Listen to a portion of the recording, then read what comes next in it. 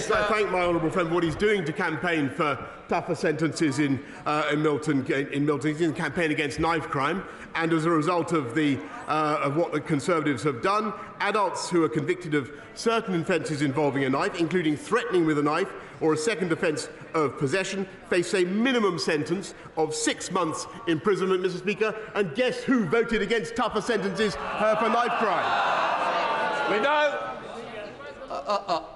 We now come to the Leader of the Opposition, Keir Starmer. Thank you, Mr. Speaker.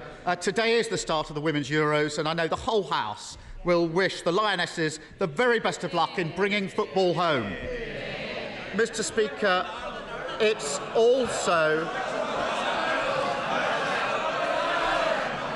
Mr. Speaker, it's also been 40 years since the death of Terence Higgins.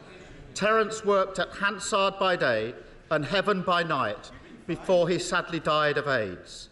The Labour Party and the Terence Higgins Trust are committed to ending new cases of HIV by 2030. Together we can. Mr. Speaker, last week a government minister was accused of sexually assaulting a young man. I want to quote the victim's account. He says, "He grabbed my arse and then he slowly moved his hand down in front of my groin. I froze." I accept that's not easy listening, but it's a reminder to all those propping up this Prime Minister just how serious the situation is. He knew the accused minister had previously committed predatory behaviour, but he promoted him to a position of power anyway. Why? Prime Minister. Mr. Speaker, that individual, the member for Tamworth, no longer has the Conservative whip. He no longer has a job. He is no longer, as soon as I was made aware of the allegation that he has just read out, Mr. Speaker, and the complaint that was made, he lost his status as a Conservative MP, and he is now the subject, Mr. Speaker, of an independent investigation to the Complaints and Grievances panel. And that is entirely right. And I want to say to him, Mr. Speaker, I want to say to him that I abhor bullying and abuse of power anywhere in Parliament, in this party or in any other party. Keir Starmer. None of that explains why he promoted him in the first place. And we've heard it all before. We know who he really is. Before he was found out, he's reported to have said he's handsy. That's the problem. Pincher by name, pincher by nature. Now, has the Prime Minister ever said words to that effect? And I'm not asking for bluster and half-truth. We've all had enough of that. Yes or no? Prime Minister. Mr. Speaker, I'm not going to trivialise what happened. Yes, Mr. Speaker. Yes, Mr. Speaker. I'm not, because there's very serious complaints have been raised against the member for Tamworth, and they're now being investigated, Mr. Speaker. It is true. It is true that a complaint was raised when he was in the Foreign Office, and the matter was resolved. It's absolutely true. It's absolutely true, Mr. Speaker, that it was raised with me. I greatly regret that he continued in office, and I've said that. I have said that before, Mr. Speaker. I have said that before, Mr. Speaker. But it is now the subject of an independent investigation, and that is the right thing, Mr. Speaker. And frankly, I think the people of this country would like also to hear. They would like also to hear about other jobs that are held by people in this country, not least the 500,000 people we got off welfare into work in the last 6 months alone, Mr. Speaker. Those are things that are making differences to the lives of people up and down the country, and I'm proud of it. Keir Starmer. No one's cheering that. No denial. And he says the matter was resolved when he means it was upheld. Exactly. And they're all sitting there as if this is normal behaviour. Exactly. When that young man reported his attack to a government whip, she asked him if he was gay. When he said that he was, she replied, "That doesn't make it straightforward." That comment will sicken anyone who's experienced sexual assault and then be made to feel like they somehow asked for it, or who worry that prejudice means their complaint won't be taken seriously. Will he apologise for those disgraceful comments on behalf of his government?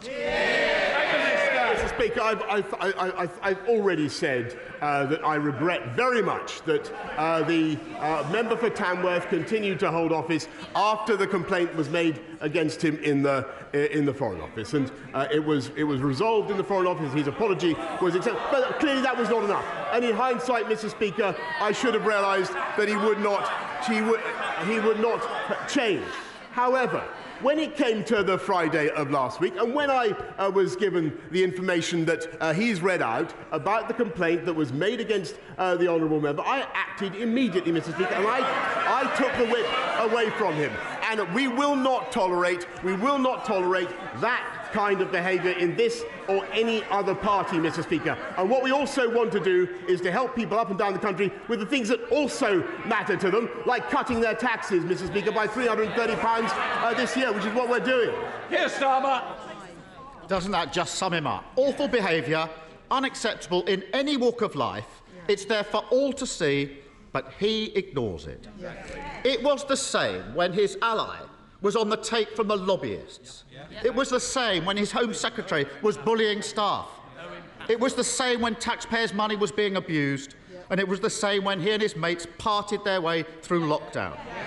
Anyone quitting now, after defending all that, hasn't got a shred of integrity. Mr. Speaker, isn't this the first recorded case of the sinking ships fleeing the rat? Mr. Speaker, look, he talks about. He should hear what his lot say about him, Mr. Speaker. He talks about integrity. He wanted to install the member for Islington North into number 10, Mr. Speaker. That's what he wanted to do. Imagine what our country and what the world would be like now. He talks about integrity. He voted 48 times to overturn the will of the British people and take us back into the European Union. And by the way, listening to his muddled speech the other day, that is exactly what he would do again. Mr. Speaker, he talks about integrity, but Mr. Speaker, he has voted time and time again against sanctions on criminals that would put them behind bars. This is the government that is tough on. I'm sorry, he talks about integrity. He is himself facing a criminal investigation, Mr. Speaker, which he asked me to resign. Keir Starmer. What a pathetic spectacle. The dying act of his political career is to parrot that nonsense. And as for those who are left, only in office because no one else is prepared to debase themselves any longer, the charge of the lightweight brigade. Some self-respect. Mr. Speaker, for a week, he's had them defending his decision to promote a sexual predator. Every day, the lines he's forced them to take have been untrue. First, that he was unaware of any allegation. Untrue. Then, he was unaware of any specific allegation. Untrue. Then he was unaware of any serious specific allegation. And now he wants them to go out and say that he simply forgot that his whip was a sexual predator. Anyone with anything about them would be long gone from his front bench. In the middle of a crisis, doesn't the country deserve better than a Z-list cast of nodding dogs?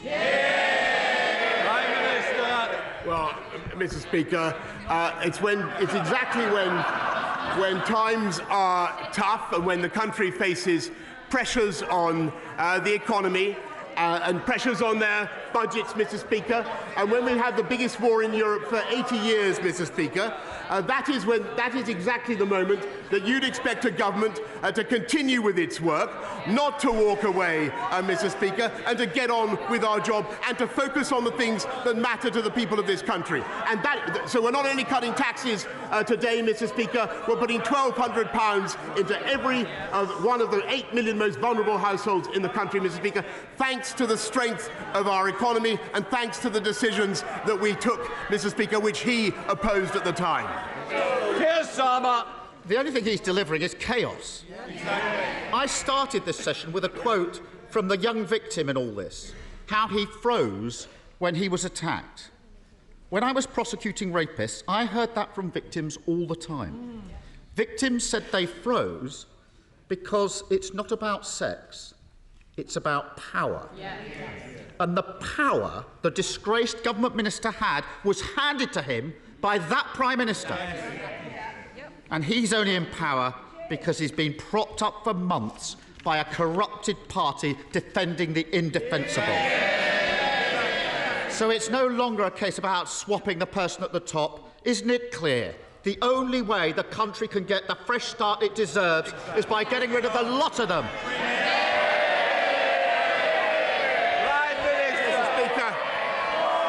Mr. Speaker, the difference between this.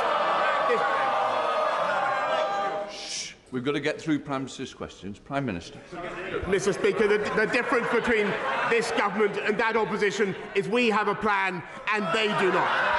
We're getting on with it. They want to focus on this type of issue, Mr. Speaker. We're going to get on with our jobs. We're going to control prices, Mr. Speaker, by not giving in to the union barons. They're paid by the union barons, and they're proud of it. We were the first European country to arm the Ukrainians, Mr. Speaker. I'm proud of that. And those guys, Mr. Speaker, the party opposite, not only do they want to put Mr. Corbyn into number 10, the member for Islington North, but 8 of them, including the shadow Foreign Secretary, the shadow Deputy Leader, and 6 others voted to get rid of our independent nuclear deterrent, Mr. Speaker. Today we are cutting taxes, we're helping 500,000 people into work, and thanks to the strength of our economy, we're helping people up and down the country, and we are going to continue to deliver on the mandate I was given. Johnny Mercer. Thank you very much, Mr. Speaker. On Monday night, the Northern Ireland Legacy Bill reached its 3rd reading. And so with it, the beginning of the end of the journey, a long journey to make sure the service and sacrifice of those who served in Iraq, Afghanistan and now Northern Ireland is not rewritten by those who seek only to line their own pockets. But would the Prime Minister agree with me that never again can we allow such a gulf to open up between this place and those who serve? Never again must they be made to feel like we are not on their side. And will he redouble his commitment to make sure this is the best country in the world, to serve in the military and be a veteran all their family? Thank you, my honourable friend, very much. I thank you for all the work that he's done for veterans and continues to do. This bill will give veterans the certainty they deserve, and we're fulfilling the manifesto pledge to end the cycle of investigations, but also at the same time making sure that families can get the answers they need about what happened to their loved ones. We now come to the Leader of the SNP, Ian Blackford. Thank you, Mr. Speaker. And can I give every best wish to the England and Northern Ireland ladies football team as they approach the Euro Championships. There's nothing better than seeing your teams in these finals. Can we also commemorate the passing 40 years ago of Terence Higgins and all those that have died from AIDS and sin? And I'm sure, Mr. Speaker, the whole House will want to join with me in passing condolences to the family of friends of the Scottish football goalkeeping legend Andy Gorham, who sadly passed far too early last weekend. He will long live in the memory of the best goalkeeper that many of us have seen. Mr. Speaker, it's easy to forget that only 10 days ago the Prime Minister was dreaming of a 3rd term. Mr. Speaker, you know, it's often said that a week is a long time in politics, but it turns out that 10 days is truly a lifetime. Because, let's face it, it's a minor miracle that the Prime Minister has even made it through to Prime Minister's questions, and he really ought to see the faces behind him, because, Prime Minister, it really is over. The Prime Minister is desperately clinging on to his own fantasy, but the public can't afford to put up with this farce of a government a minute longer. Today, we should be talking about the Tory cost of living crisis, soaring inflation and the growing costs of Brexit. But instead, it's always about him. How many more ministers need to quit before he finally picks up his pen and writes his own resignation letter? Perhaps that's what he's doing now. Actually, Mr. Speaker, I was just jotting down some notes on his question, which I thought was excellent when he was talking about the economy, because that is the issue that the country faces, and that is where this government is introducing, I think, the most important solution: helping families up and down the country with £1,200 going into their bank accounts right now, cutting taxes for 30 million people, £330 tax cut, and helping 500,000 people into work through the Way to Work scheme. That is a fantastic thing to be getting on and doing. That is the priority of this government, and that's what I'm going to focus on. I'm glad he likes it. Ian Blackford. My goodness, nothing to see. We should all move on if we live in the world of the Prime Minister. You know, a few weeks ago I compared the Prime Minister to Monty Python's Black Knight. Actually, turns out I was wrong. He's actually the dead parrot. Whether he knows it or not, he's now an ex-Prime Minister. But he will leave behind two deeply damaging legacies. I hope the dishonesty of his leadership follows him out of the Downing Street door. But the other legacy is that of Brexit. And that will stay, because I'm sad to say that the Labour Party now fully supports Brexit. Mr. Speaker, Scotland wants a different future, not just a different Prime Minister. So if the Prime Minister won't resign, will he call a general election and allow Scotland the choice of an independent future, free from the control of Westminster? Prime Minister. Mr. Speaker, I noticed that his remark that the Labour Party have given up on returning to the European Union was not greeted with rapture by the benches opposite, and that's because it's not true. They want to go back in just as he does. I think that is a terrible mistake. It would be anti-democratic, Mr. Speaker. And as for the referendum that he wants, well, we had one of them, as I've told him before, in 2014. Thank you, Mr. Speaker.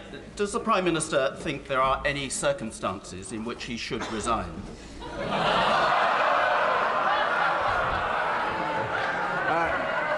I think, Mr. Speaker, clearly, if there were circumstances in which I felt it was impossible for the government to go on and discharge the mandate that we've been given, or if I felt, for instance, that we were being frustrated in our desire to support the Ukrainian people, or over some major point, then I would.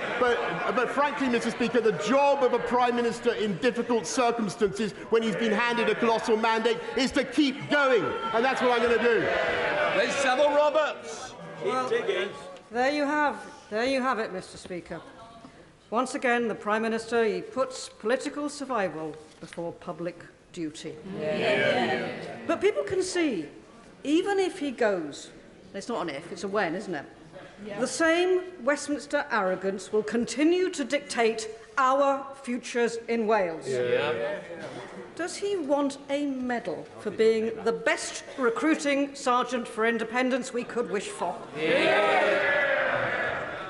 Actually, Mr. Speaker, everywhere I look around the United Kingdom, I had a great talk with Mark Drakeford the other day, as well as talking to Nicola Sturgeon. I see the bonds of our union being strengthened the whole time, and I'm confident that they will continue to do so. Link Drummond. Thank you very much. Thank you, Mr. Speaker. The government's town centre and levelling up funds have been very successful around the country, but there are a few town centres, like Waterlooville in Mearn Valley, that are in desperate straits and haven't managed to get any funding, get a scheme into the present round of funding. Can my honourable friend assure me that future funds will be available to help declining high streets become fit for the 21st century and survive the post-pandemic? I thank my honourable friend, and she's a great champion for Mearn Valley, and I will make sure that she gets a meeting with the Minister for Levelling Up at the earliest opportunity. Western.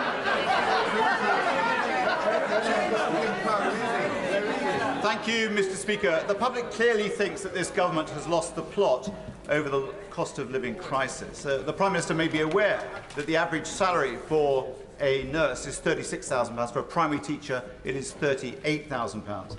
They, and indeed working people everywhere, are struggling to pay their rents and their mortgages. Given they can barely afford a £150,000 mortgage on a new home, can he tell this House how he could afford a £150,000 treehouse? What I can tell him, Mr. Speaker, is that up and down the country, rather than talking about fantasy infrastructure, I can talk about real infrastructure. We are helping to unite and level up the people of this country with £650 billion of investment, helping people, helping to lift the aspirations and opportunities of people up and down the country. And thanks to the strength of our economy, we're helping exactly the people he describes with £1,200 going into their bank accounts to help them with the cost of living pressures. Under the House, Sir Peter Bottomley. The Prime Minister knows that while he's Prime Minister, I want him to do all the good he can. While he's Prime Minister's Green and Present Land, can I refer him to EDM 1082 about the Goring Gap, the Chatsmore Farm, or to the Department of Levelling Up, the land above Goring Station, the farm in Worthing, which was fully protected and will be fully protected when another inspector says that Worthing Council protecting it will happen. Can I ask him to tell the government to withdraw their objection to Worthing Council's appeal against the absurd decision by a planning inspector to allow 482 homes to go on this green lung between Goring and Ferring? I thank the Right Honourable Gentleman very much, and he campaigns on this issue for some time. I will make sure that he gets a meeting with the relevant minister to discuss the development in Goring by sea. Ian Lavery. Thank you, Mr. Speaker. On the 21st of January, the government committed £100 million from the Automotive Transformation Fund to British Wool, to a gigafactory in my constituency, Calais, Wansbeck. And as of today, Prime Minister, not a penny, not a single halfpenny is being received by the company. And it jeopardises up to 8,000 much-needed jobs. The tensions between the Prime Minister and the former Chancellor have sadly now been much exposed. And I'm telling you, Prime Minister, the betrayal of my constituents cannot be another broken promise of this government. Prime Minister, give him a nudge. Please instruct your new bestie to make sure that the cheque is in the post this afternoon, because who knows who'll be in that seat this time this afternoon, never mind next week. Can I congratulate the honourable gentleman on the passion with which he advocates investment in British Volt? And I totally share his enthusiasm. And actually, I want to thank my honourable friend, the member for Blythe Valley as well, who is a heroic campaigner on this issue. I can tell him that the letter was sent last night, Mr. Speaker, an in-principle offer of support for this project through how about that? Hang on in there, Mr. Speaker. That's what I'm going to do. Thank you, Mr. Speaker. The world is facing a global food crisis in which the poorest nations face catastrophic consequences.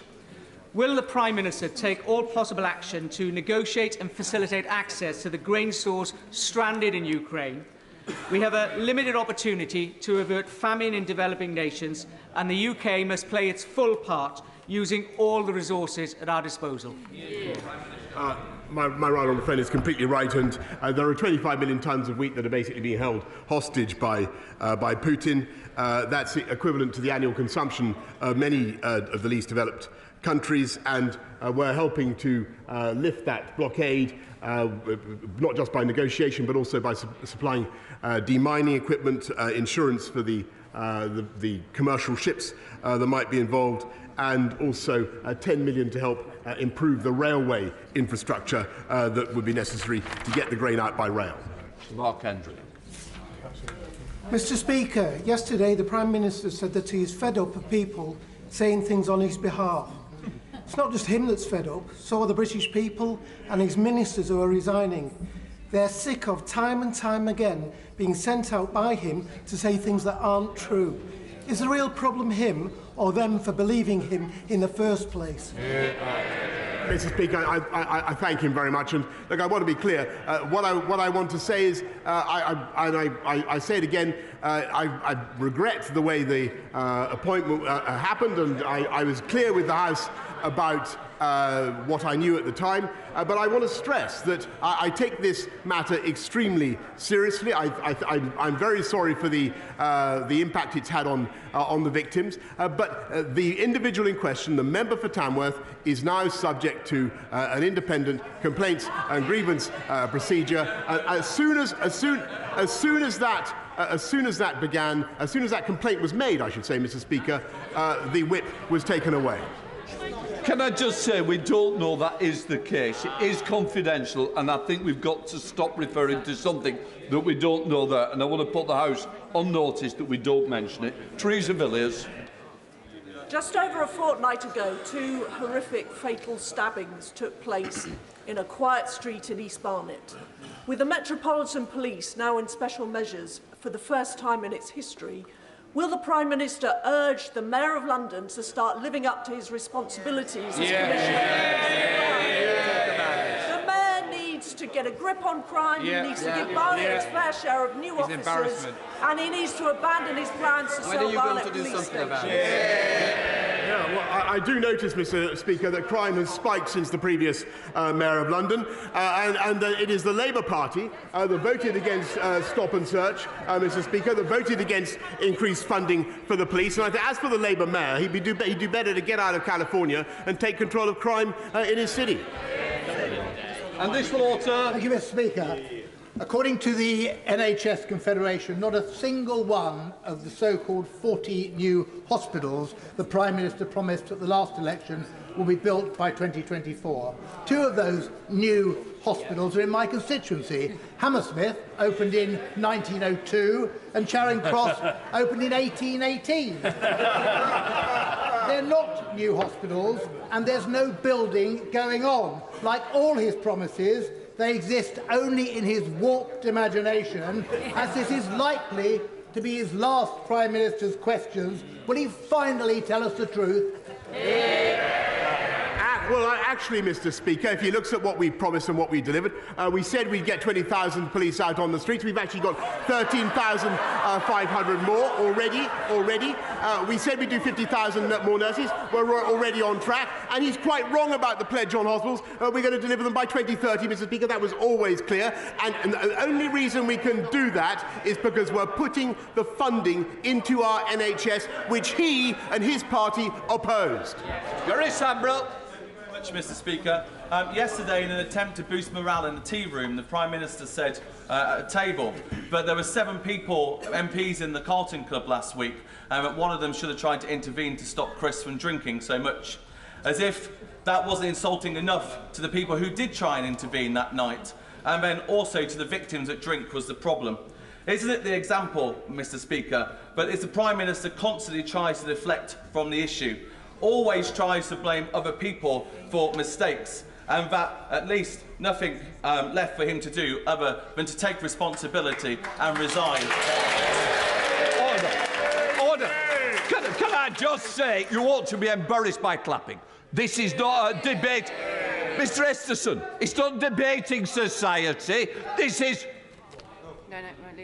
This is Prime Minister's questions. I want to get through the questions. There's other people want to catch my eye, and the way to do it is not by clapping.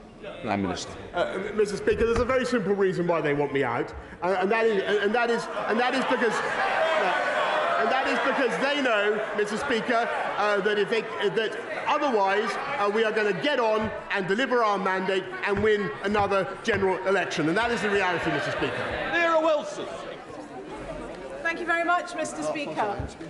The Prime Minister once wrote, "It is a wonderful and necessary fact of political biology that we never know when our time is up. Long after it is obvious to everyone that we are goners, we continue to believe our duty is to hang on to the perks and privileges of our posts. In reality, we are just terrified of the come down." So for the sake of this great country, will the Prime Minister heed the advice of his former self, get over his terror and do the decent thing?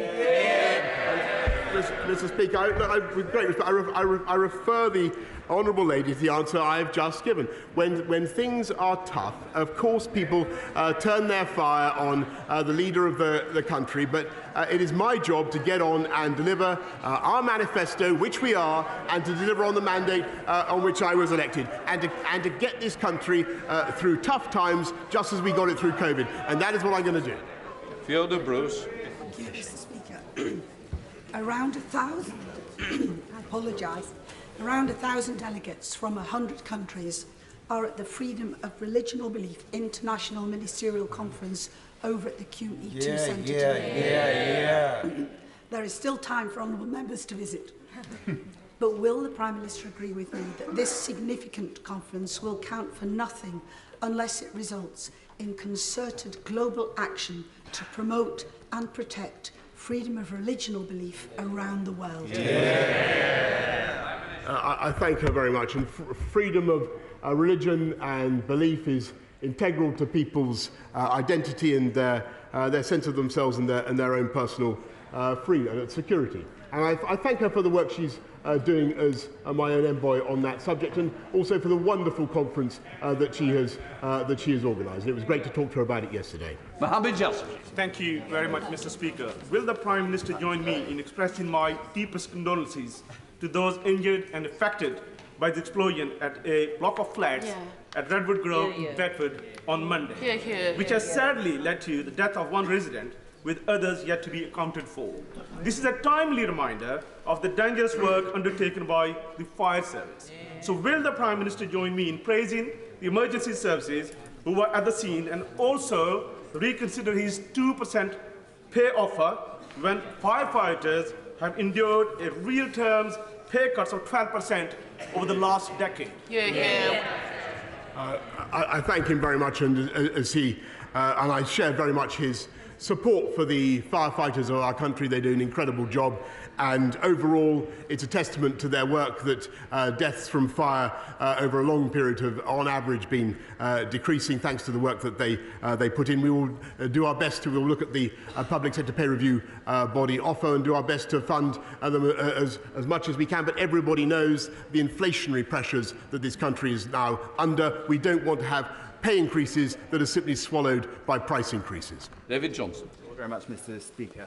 The North Morton in my constituency was dubbed Britain's kindest village because this 160, wait for it,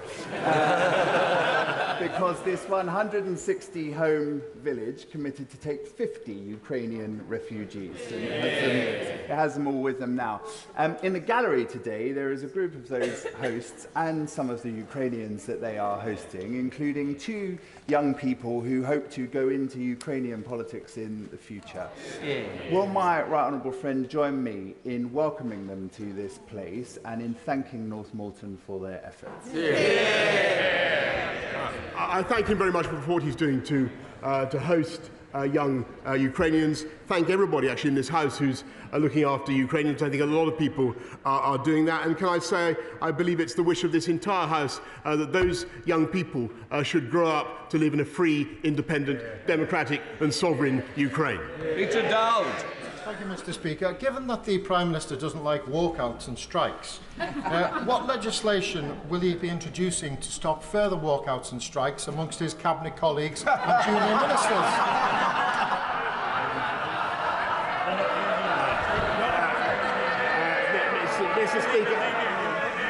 Mr. Speaker, I think that the whole House will have observed the brilliant performance on the radio this morning by the new Chancellor of the Exchequer. And that's no disrespect to the former Chancellor of the Exchequer. But what I think it shows, Mr. Speaker, is that in common with many sectors of the UK economy, there is a ready supply of skilled labour in the upper reaches of the Conservative Party. David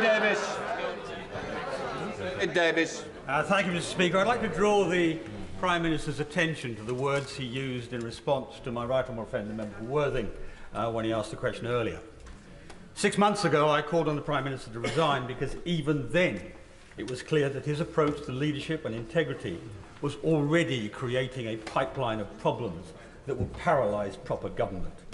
Today, I ask him to do the honourable thing, to put the interests of the nation before his own interests, and before, in his own words, it does become impossible for government to do its job. Prime Minister.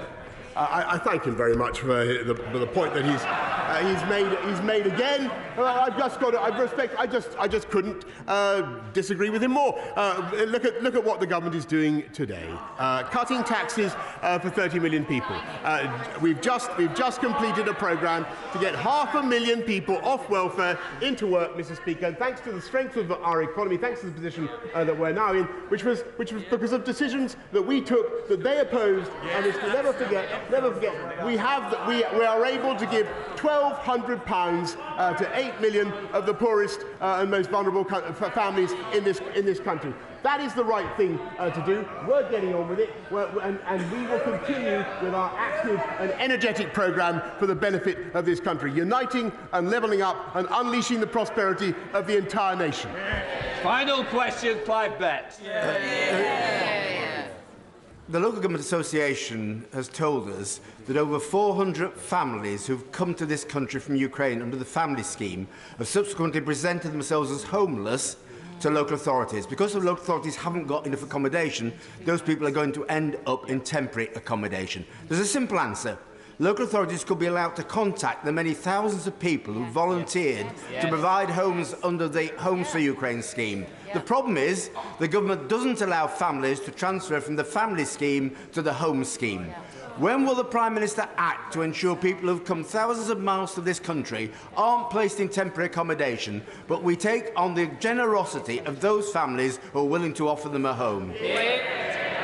I thank you very much for the very valuable point that he's raised, and we'll make sure that families are able to cross over from one scheme to another and to simplify and speed up the process. But I don't think that should take away, Mr. Speaker, from the generosity of this country in welcoming Ukrainians. 135,000 visas have so far been issued through our uncapped scheme, both the family scheme and the Homes for Ukraine scheme. It's changing the lives of those Ukrainians, and I think we should all be proud of what we are doing. We now come to the personal statement. I call Sajid Javid. Mr. Speaker, I'm grateful for your permission to make this statement. Yesterday, we began our day together. You, I, my right honourable friend, the Prime Minister, and members from right across this House, when we broke bread together at the Parliamentary Prayer Breakfast. And we listened, all of us, to the words of Reverend Les Isaac, who spoke about the fact that responsibility that comes with leadership, the responsibility to serve the interests of others above your own, and to seek common ground of your party, your community, and above all, your country. Now, colleagues will be forgiven for my sense of déjà vu. Despite what it might seem, I am not one of life's quitters. I didn't quit when I was told that boys like me don't do maths. I didn't quit when old school bankers said I didn't have the right school ties. And I didn't quit when people in my community said that I should not marry the love of my life. I care deeply about public service and giving back to this country that has given me so much. That is why, when I got the call from my right honourable friend, the Prime Minister, just over a year ago, I didn't hesitate to serve again. It was a critical time for our country. Tough decisions needed to be made about when we were going to come out of lockdown, about supporting the National Health Service and the care sector under unprecedented strain. It has been an absolute privilege of my life to have been trusted with these responsibilities, and I can only hope that my best has been good enough. It has undoubtedly also been one of the toughest roles that I've had so far.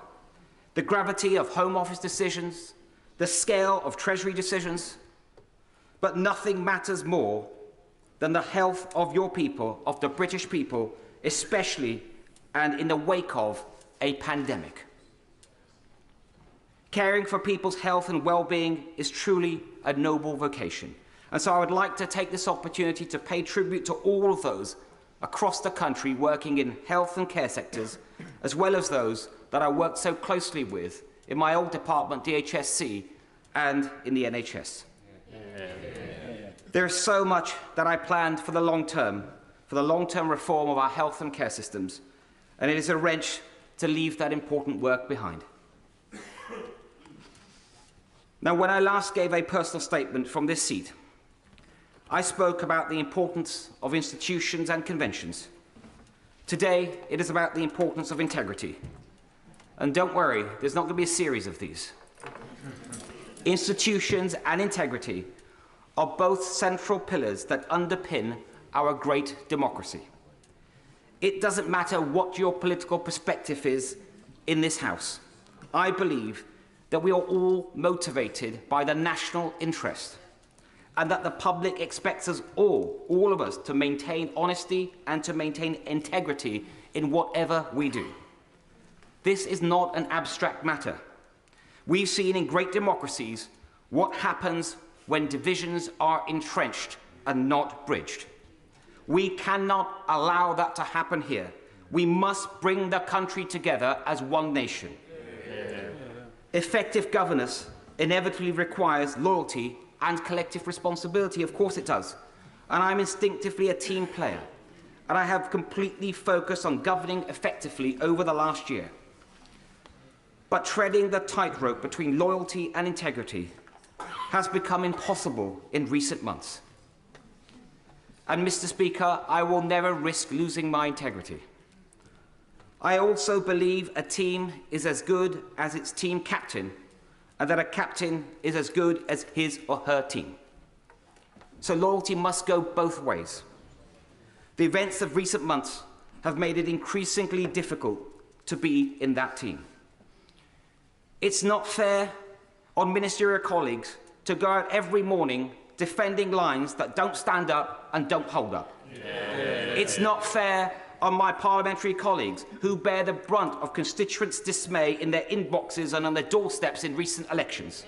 And it's not fair on Conservative members and voters who rightly expect better standards from the party they supported. When the first stories of parties in Downing Street emerged late last year, I was personally assured at the most senior level by my right honourable friend's then team that, and I quote, there had been no parties in Downing Street and no rules were broken. So I gave the benefit of doubt. And I went on those media rounds to say that I'd had those assurances from the most senior level of the Prime Minister's team. Then we had more stories. We had the Sue Gray report, a new Downing Street team. I continued to give the benefit of the doubt. And now this week again, we have reason to question the truth and integrity of what we've all been told. And at some point, we have to conclude that enough is enough. I believe that point is now. I welcome the Prime Minister's public acknowledgement last night that matters could have been handled better in who he appointed and what was said about what he knew when. And I appreciated his kind and humble words and his humble spirit when I went to see him yesterday, and also the kind letter that he has sent to me. But I do fear that the reset button can only work so many times. There's only so many times you can turn that machine on and off before you realise that something is fundamentally wrong. Last month, I gave the benefit of doubt one last time. But I haven't concluded that the problem starts at the top. That is not going to change. I have concluded that the problem starts at the top, and I believe that is not going to change. And that means that it is for those of us in a position who have responsibility to make that change. I wish my Cabinet colleagues well, and I can see they have decided to remain in the Cabinet. They will have their own reasons. But it is a choice. I know just how difficult that choice is. But let's be clear. Not doing something is an active decision. I am deeply concerned about how the next generation will see the Conservative Party on our current course. Our reputation, after 12 years in government depends on regaining the public's trust. This is not just a personal matter. The philosophy and perception of Conservatives depends on it. It is central to the Conservative ideal that we believe in decency, in personal responsibility, and in social justice enabled by conventions and the rule of law. The Conservative mission to extend freedom and prosperity and opportunity is all at risk if we cannot uphold that ideal. And, Mr. Speaker, it is not only the Conservative Party is not the only great institution in need of urgent repair. Like everyone in this House, I have been dismayed by the drip of stories of harassment and worse by members of this House. So I'm also concerned about how the next generation will see this House and the health of our democracy. In recent years, trust in our roles has been undermined through a series of scandals. But the one thing we can control is our own values and behaviours. So it is incumbent on all of us to set high standards for ourselves and to take action when they are not met by others. Mr. Speaker, I'm grateful for the messages of support that I've had from many members of this House and beyond. I got into politics to do something, not to be somebody. So it is hard in one way, but not in another. Being a good father, a husband, a son, and a citizen is good enough for me. And if I can continue to contribute to public life and my party from the backbenches, it will be a privilege to do so. Can I say to the House, there will be no more personal statements today.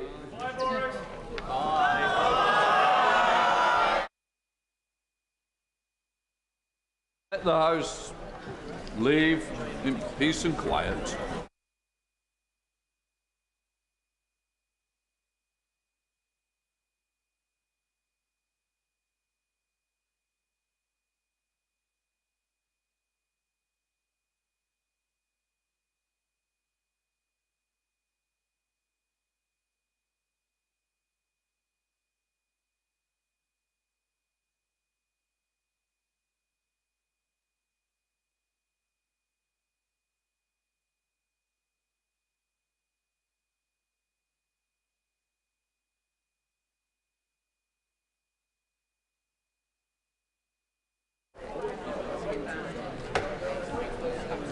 Thanks, Mr. Speaker, for allowing me that time.